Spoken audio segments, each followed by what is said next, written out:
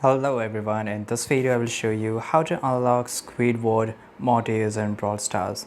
So generally if you just go and try to get it from here, you won't find Squidward Mortis, right? So even though if I just scroll to the bottom, I cannot find any one of them.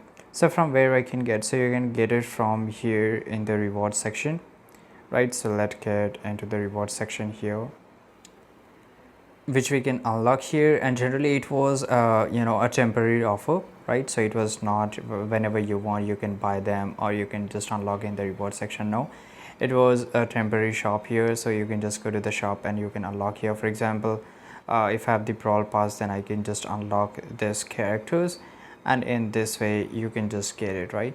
So here it is, and I'm not able to find it because that option may be gone. And if you have that, you can just always claim that, but you will find it in the shop section or here in the brawlers or in the character sections, right? So thanks for watching this video. Subscribe.